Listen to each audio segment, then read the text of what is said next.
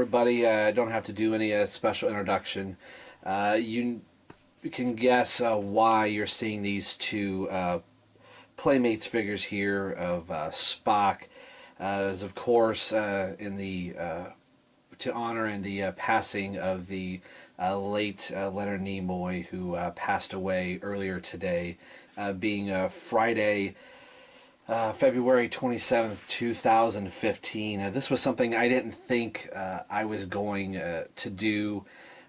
I don't do a lot of, celebrity deaths to put up a video. I know I'm probably just one of thousands of people putting up some type of video or post. I just had a little blurb on my Facebook page earlier today, but this one kind of hit me. I'm not trying to make it about me. I can only imagine what the family and friends that actually knew Leonard Nimoy, what they must be experiencing, and how that obviously is affecting them. But just from being a fan, I remember catching the reruns of the classic Star Trek TV series, and just being in awe about that. I know some people kind of will be like, oh, I don't like Star Trek, I only like Star Wars, or it's either or. To me, I liked anything to do with space, and I just liked just being in that wonderment of, someday wouldn't that be cool if we were all living in space, and then here is this United Federation of Planets. We have the Starship Enterprise with all of these ethnicities and races, and there was just something so very cool about Leonard Nimoy's portrayal of Spock that it just captured my imagination of people or kids, when we were growing up or wanting to play Star Trek or Star Wars or whatever the games it would be that we'd play at recess. I always wanted to be Spock.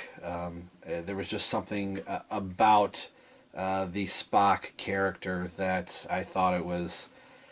Math was always something that was really hard for me in school, and I thought how smart Spock is, and he had no emotion, and come to find out that the Vulcans did have emotions, and it was very powerful, and just it was another onion peel or another layer that you just found out more about the Spock character. And just Leonard Nimoy as an actor and as a human being and a humanitarian, and I told myself I was just going to turn on the camera, and I didn't have anything pre-planned or know what I was going to say, but it does bother me that this man, I mean, in plastic form, sorry, was an idol of mine, made me want to be better in school, not to be like Spock, but the way that Leonard Nimoy presented himself, and even though there are lines on paper, just being a kid in 3rd or 4th grade, that I want to be better at math. I want to be better at school because I would like to be doing something for real in space. Life never took me that way. I didn't get to the road of a space program, but that I had a teacher in school that used my love of space movies and sci-fi, Star Trek, Star Wars, Battlestar Galactica, Flash Gordon, all those type of things, that during the parent-teacher conferences, my mother would be telling teachers, you need to find ways to motivate Rob, and one of those ways that my parents and teachers did that was through science fiction, or obviously superheroes if you've watched Rob's Rogues long enough. But the idea of the space exploration was just so cool. I remember being glued to the set, watching the first space shuttle take off, and the very first space shuttle was called the Enterprise. I thought that was so cool, and seeing it land at JFK, Air Force Base, and that I thought, wow, somebody actually built an Enterprise. Granted, it didn't look like the actual Enterprise, but it said Enterprise on it, and my 7-year-old or 10-year-old mind, I don't know exactly what it was, but when that came out, maybe I just don't want to do the math. But that was those first thoughts of like, wow, were actually doing it. I remember the whole cast of Star Trek being there at the launching of the first space shuttle, and hearing Leonard Nimoy speak just was so cool. He was always somebody I was always hoping to get a chance to meet.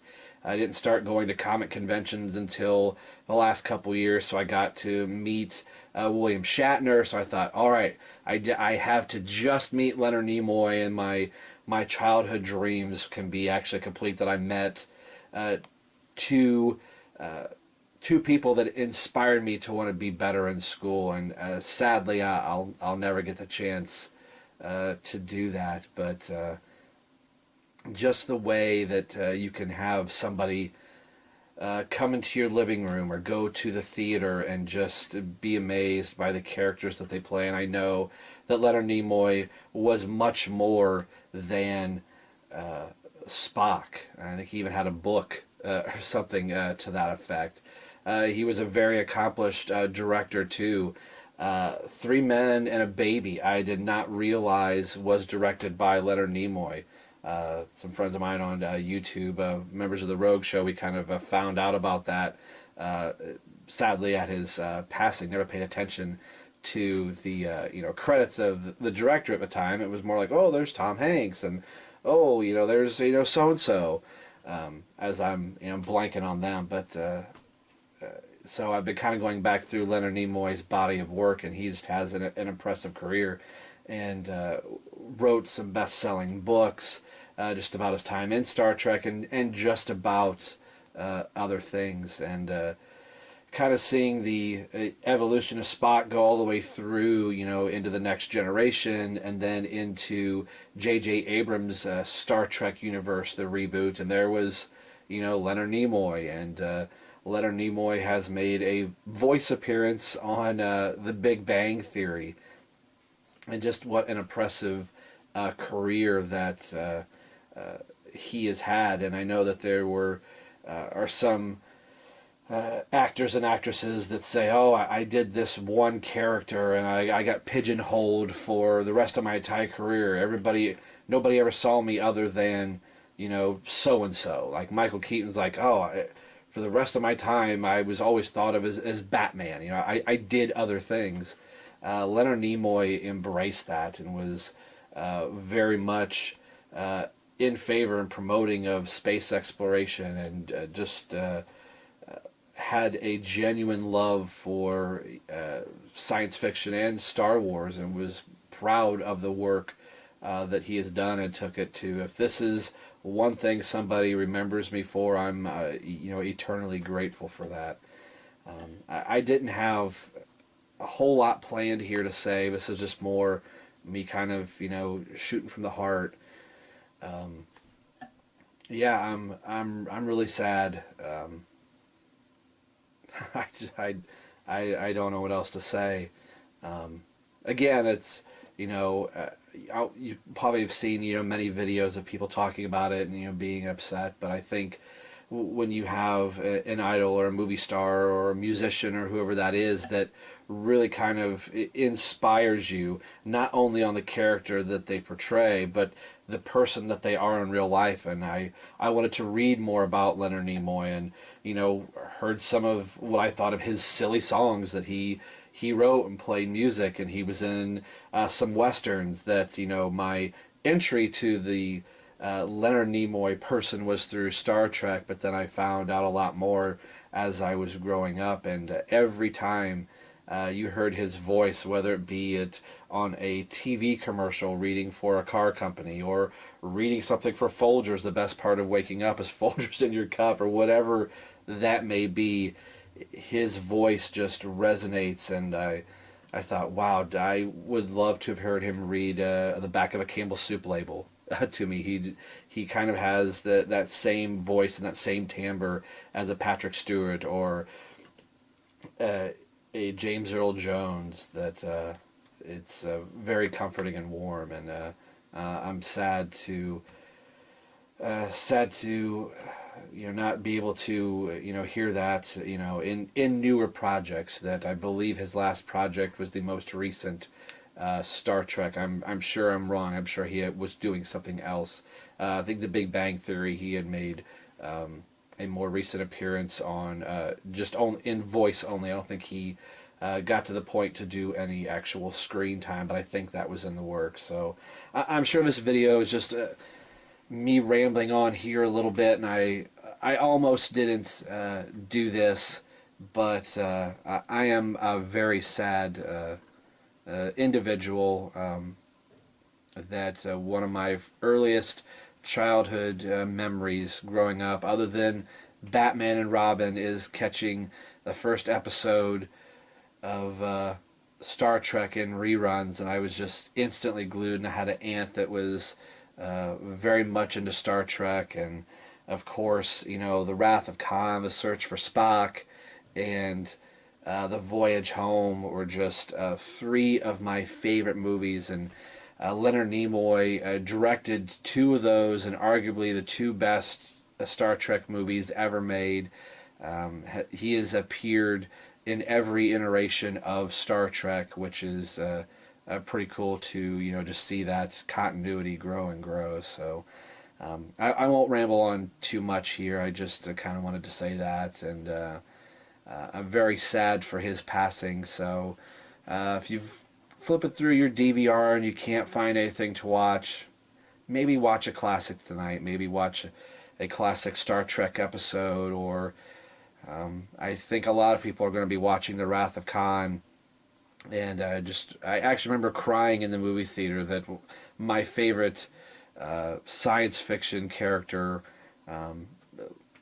they had killed him off. I thought he's got to come back. And once the third movie came out, The Search for Spock, I just remember I could not wait that entire summer that I was going to go see Star Trek, and Spock better come back, he better come back. And that is my favorite iteration of Leonard Nimoy's portrayal of Spock, is after his resurrection on the planet, him getting back his memories, the McCoy and Spock relationship, even going into the undiscovered country. That's another favorite Spock movie of mine. I really like that. I think it's an underrated Star Trek film. The Final Frontier, Star Trek V. It is my favorite Star Trek Spock movie. It's an underrated film. William Shatner directed that one, but Leonard Nimoy's portrayal of Spock in that I thought was really funny. The campfire scene I thought was hilarious. The whole row your boat gently down down a stream, and Spock going, "But Captain, life is not a dream," and McCoy going, "God, I liked him better before he died." That whole thing, it just is really funny. And then in the undiscovered country, Star Trek VI, I thought was really good. It was a real Spock-driven story there as well. But I'll leave it here. I want to watch something tonight, but then again, at the same time, that part of me kind of doesn't. And I know I'm rambling here, so thoughts and wishes and prayers go out to the Nimoy family tonight. I know this is obviously a very hard time for them, and is for the millions and millions of fans around the world. I just want to say thank you very much, Leonard Nimoy, for just the many, many years of entertainment, and for inspiring a very young boy in 5th and 6th grade that was struggling so hard to pay attention in class. And